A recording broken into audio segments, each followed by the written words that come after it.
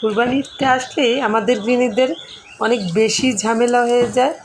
ঘর দূর পরিষ্কার করা থেকে শুরু করে ফ্রিজ ধোয়া, মাংস গুছানো, তারপর বিভিন্ন খাবার তৈরি করা তো আছেই। হ্যালো, আসসালামু আলাইকুম এভরিওয়ান, ওয়েলকাম জানাচ্ছি আমার কিচেনে। সকালে ঈদের দিনের সেমাই অলরেডি রান্না করে আমরা খেয়ে আমি রান্নাটা বসিয়ে দিয়েছি। এক পাতিল পরিমাণে একটু বেশি করেই আমি মাংস রান্না করে নিই, কুরবানির মাংসটা। মশলাও কষিয়ে নিচ্ছি। কুরবানির মাংস আসলে অল্প স্বল্প খেলে ভালো লাগে না, পরিমাণে একটু বেশি রান্না করে নিতে হয়। পরিমাণে একটু বেশি মশলা আমি কষিয়ে রেডি করে নিচ্ছি, যাতে মাংস আসার সাথে সাথে ধুয়ে পাতিলায় দিয়ে দেওয়া যায়। আমাদের কুরবানির মাংস রেডি করা হচ্ছে সেটির নিচে, মোটামুটি গুছিয়ে নেওয়া হয়ে গেছে। আমি অলরেডি 2টা রিলস ছেড়ে দিয়েছি কাটাকাটি। অনেকে বলছে পেজে ইস্যু চলে আসবে, সেজন্য এই ভিডিওতে আর কাছাকাছি কোনো কিছু দেখালাম না আপনাদের। আমাদের খাওয়ার মাংসটা সকাল সকাল পাঠানো হয়, বাড়ির সবাই আমরা একসাথে খেয়েছি।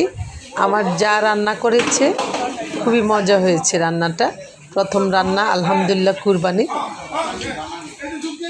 কুরবানির মাংস গুছিয়ে আনতে আনতে আমাদের একদম বিকেলই হয়ে গিয়েছিল।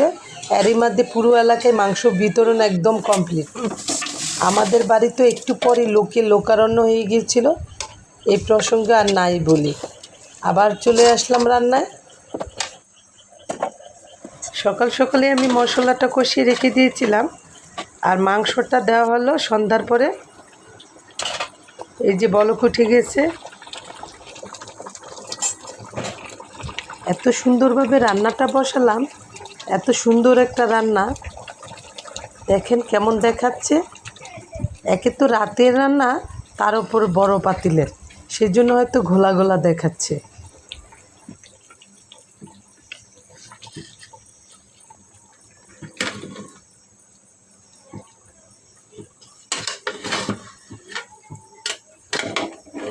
ঘরের রান্না কুরবানির প্রথম পাতিল।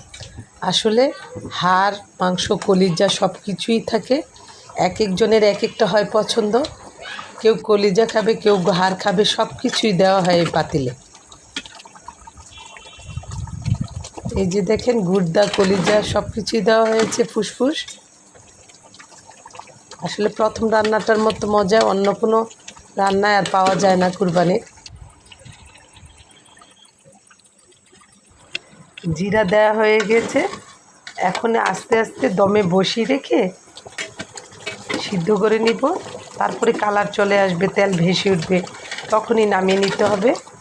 তবে একটা কথা কি, সুন্দর রান্নাটা আপনাদের দেখাতে পারলাম না। সবাই ভালো থাকবেন। আল্লাহ হাফেজ।